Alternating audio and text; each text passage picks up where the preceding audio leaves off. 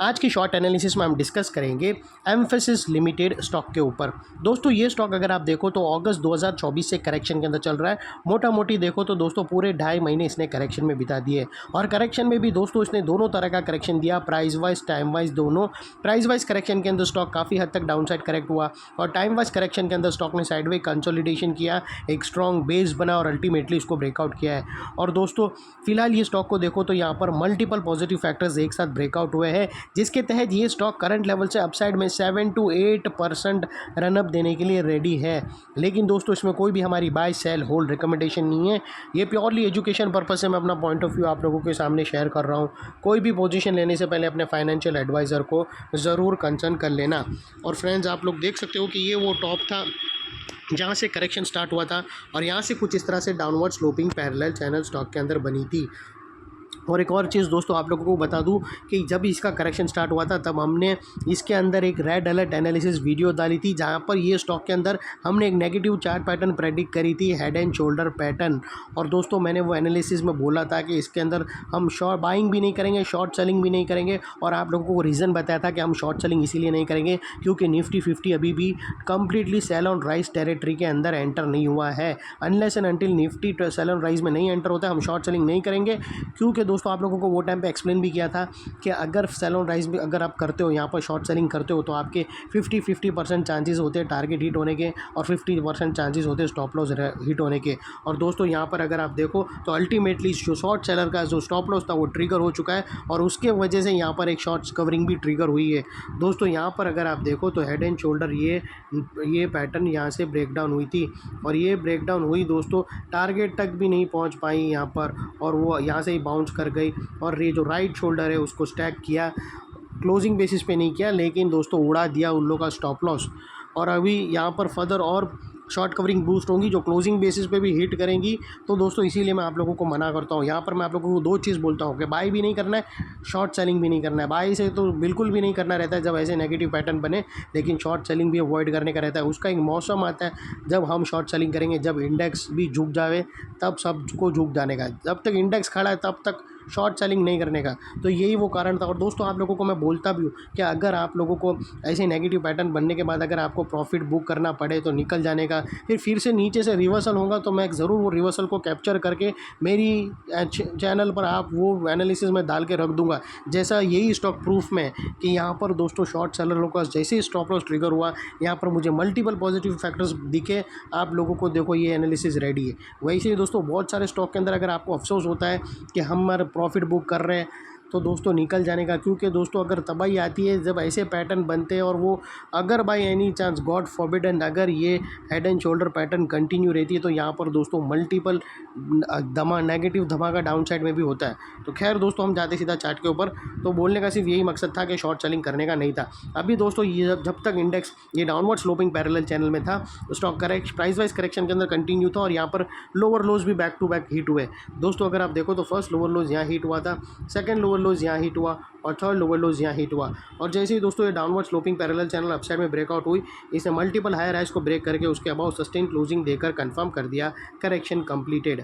यहाँ पर दो बड़ी चीज़ एक साथ हमें मिली फ्रेंड्स। पहले तो इसने डाउनवर्ड स्लोपिंग पैरेलल चैनल को अपसाइड में ब्रेक किया, जिसके वजह से जो स्ट्रेट डाउनसाइड फॉल आ रहा था प्राइस वाइज करेक्शन का वो अल्टीमेटली रुक गया। और सेकेंडली इसके अंदर जो back to back lower lows hit हो रहे थे वो स्टॉप होकर उसके अगेंस्ट में first time higher highs register हुआ क्लोजिंग बेसिस पे, जो हमें कंफर्म करता है कि स्टॉक के अंदर बॉटम लग गई है, करेक्शन कंप्लीटेड और ट्रेंड इसका चेंज हो चुका है। करेक्शन का ट्रेंड बाई साइड की तरफ शिफ्ट हो चुका है।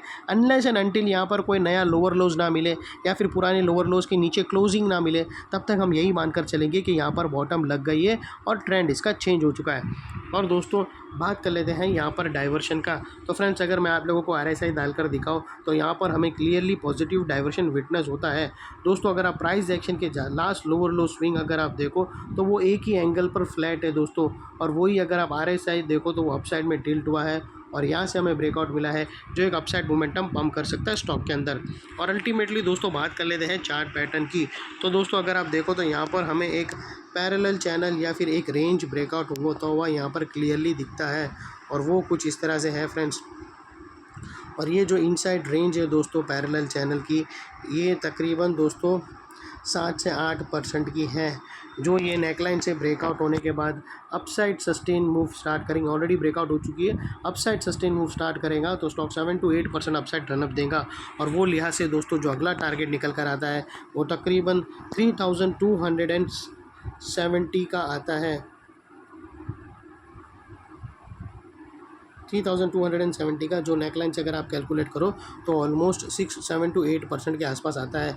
और यहाँ पर बीच में कुछ रेजिस्टेंस है जो ये स्टॉक फेस करेगा, जिसको हम ब्लू में कर देंगे। और बात कर लेते हैं स्टॉप लॉस की, तो दोस्तों आप अपने एडवाइज़र को पूछकर फर्स्ट ब्रेकआउट कैंडल के लो के नीचे क्लोजिंग बेसिस पे स्टॉप लॉस रख सकते हो। और वही उसकी के लो के नीचे दोस्तों ये जो पैरेलल चैनल है उसका 50% भी कोइंसाइड हो रहा है, यानी एक स्ट्रॉन्ग सपोर्ट है।